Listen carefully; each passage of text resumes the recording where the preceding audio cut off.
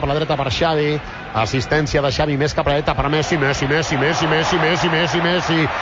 Messi, encara Messi, encara Messi, encara Messi, encara Messi, encara Messi, encara Messi, encara Messi, encara Messi, encara Messi, encara Messi, encara Messi, encara Messi, gol, gol, gol, gol, gol, gol, gol, gol, gol, gol, gol, gol, gol, gol, gol, gol, gol, gol, gol.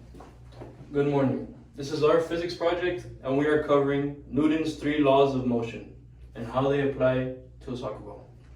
My name is Hector Martinez. This is Cody Tippett. And I'm Anthony Serrano, and I'm going to be explaining Newton's first law, the law of inertia.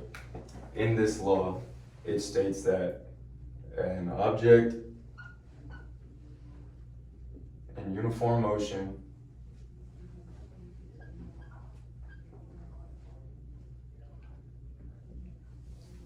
stays in that uniform motion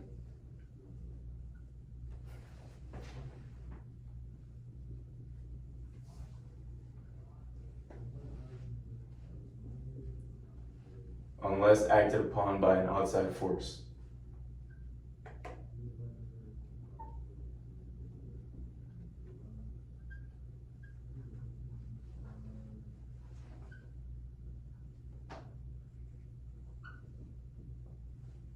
It also states that an object in rest stays at rest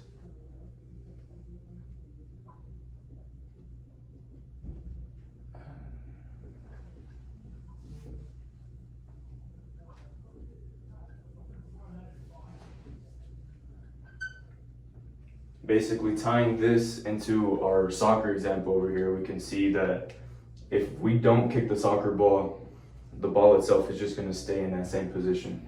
However, if we kick the soccer ball, theoretically, with no external forces, it's supposed to keep moving without any outside forces. However, here in the real world, we have the grass, gravity, and also the wind resistance. So it's going to come to a stop eventually. And yeah, that is Newton's law of inertia. okay, and I will be explaining the second law. Basically, what the second law states is force equals mass times acceleration, but we can expand that by saying net force equals mass times acceleration. In this example, we have a soccer ball. If we want to simplify it, we could say the only force acting upon the soccer ball would be you kicking it. Let's say that's 20 newtons. And the average mass of a soccer ball is 0.5 kg. If we want to find out how fast the soccer ball accelerates, we have to simplify the equation to get A on one side, so we bring mass to both sides.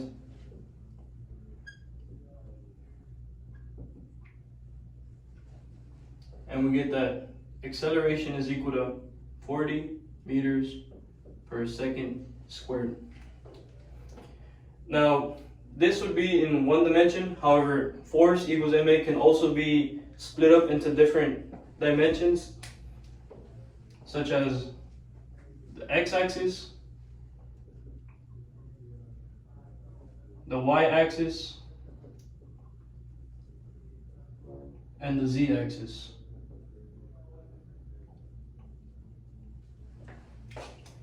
I simplified everything here, but in the real world, the soccer ball would be having much more forces acted upon it. So realistically, it would be the forces of gravity affecting it, forces of the normal force from the ground acting on it. It would also have friction slowing it down, going against the applied force. So we had a negative symbol for friction.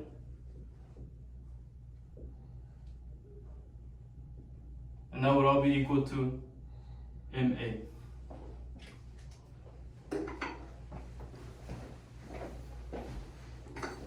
And I will be explaining the third law and how it relates to the soccer ball. The third law states that for every